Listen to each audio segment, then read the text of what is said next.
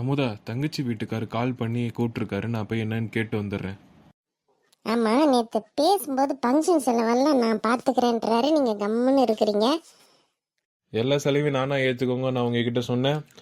நான் சின்ன பார்ட்டி ஹாலில் வைக்கிறேன்னு தான் சொன்னேன். அவங்க தான் பெரிய மண்டபமாக பிடிச்சி வைங்க, அது எல்லா செலவையும் நான் ஏற்றுக்கிறேன்னு சொன்னாங்க. சின்ன பார்ட்டி ஹாலில் வச்சா அவங்க வரமாட்டேங்கிற மாதிரி பேசுகிறாங்க. அதனால தான் நானும் சரின்னு சொன்னேன். எனக்கு அவங்க வர்றது முக்கியம். நம்ம பொண்ணுக்கு அவங்க ஏன் செலவு பண்ணணும்? நம்ம கிட்ட இருக்கிறத வச்சுதான் நம்ம செய்ய முடியும். வர்றதும் வர்றதும் அவங்க இஷ்டம். அவங்க ஒன்றும் யாரோ இல்லை, என் தங்கச்சி வீட்டுக்காரு. உங்கள் அண்ணன் வீடு சைடு வரலன்னா கூட பரவாயில்ல, இவங்க எனக்கு வரணும், இவங்க எனக்கு முக்கியம். சரி, நான் வரேன். எவ்வளவு திமுரு பாரு, எங்க அண்ணன் வரக்கூடாதான். இந்த ஆள் பணத்துக்கு இவ்வளவு முக்கியத்துவம் கொடுக்குறானே. அண்ணே வாங்க வாங்க. மச்சான் ஃபோன் அடித்தாங்க வர சொல்லி, அதான் நான் வந்தேன். வாடா கண்ணா, எப்படி இருக்க? நல்லா இருக்கியா? வீட்டில் எல்லாரும் நல்லா இருக்காங்களா? வாப்பா வா உட்காரு. எப்படிப்பா இருக்கீங்க? எப்படிமா இருக்கீங்க? எங்களுக்கு என்னப்பா, ராஜா மாதிரி வச்சுக்கிறோம் என் மருமையன். மீனாட்சி, மச்சான் எங்கம்மா? அவர் ஆஃபீஸ் போயிட்டாருண்ணா.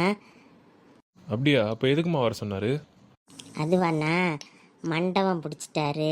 மண்டபத்துக்கு ஃபுல் பணம் பே பண்ணியாச்சு.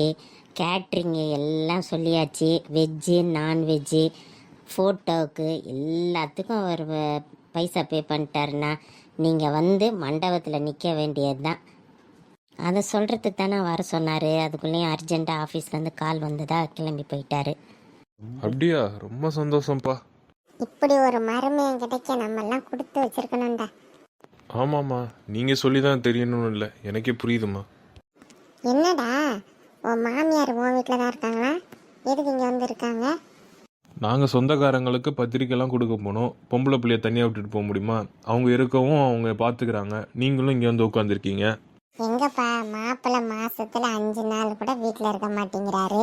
பிஸ்னஸ்னு வெளிநாட்டுக்கு போயிடுறாரு. மயனையும் வெளிநாட்டில் படிக்க வைக்கிறாங்க.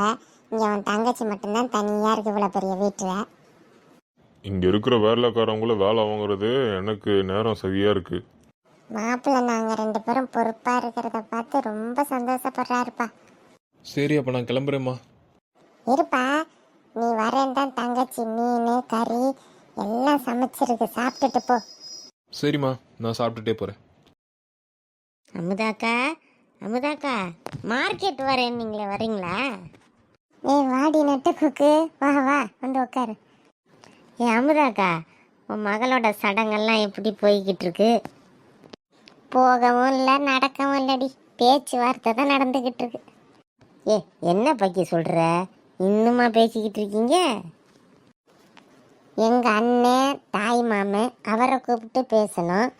அவரோட தங்கச்சி அத்தை, அதான் அவங்கள கூப்பிட்டு பேசணும். ஏக்கா, உன் நாத்தனார் வீட்டுக்காரங்கெல்லாம் வரமாட்டாரு, எப்படிக்கா வந்தாரு? என் புருஷன் காலில் கூட விழுந்திருப்பேன் வர சொல்லி. ஏக்கா, மட்டன் பிரியாணி போட்டுரு. இவ ஒருத்தி, கார்த்திகை மாதம் பாதி பேர் சாப்பிடுவாங்க, பாதி பேர் சாப்பிட மாட்டாங்க, 2 தான் போட போகிறாங்களா? என்னக்கா, வெஜ்ஜு நான்வெஜ்ஜு 2 போட போகிறாங்களான்ற உனக்கு தெரியாதா? ஃபுல் செலவையும் அவங்க தங்கச்சி வீட்டுக்காரர் தான் செய்ய போகிறாராம். விடுக்கா, கொளுத்த பணம் இருக்குது, செய்யட்டும் விடு. அதெல்லாம் நமக்கு மரியாதையாக இருக்காதுடி. சரிக்கா, உன் நாத்தனார் உன் அண்ணி, இது 2 பேரில் யாருக்கா வில்லி? 2ம் தான். பணப்பெருமையை என் நாத்தனார் அவள் வீட்டுக்கார் மூலமாக காட்டும். எங்கள் அண்ணி வந்து எங்களுக்கு செய்முறை செய்யணும்னு சொல்லி கோவப்படும்.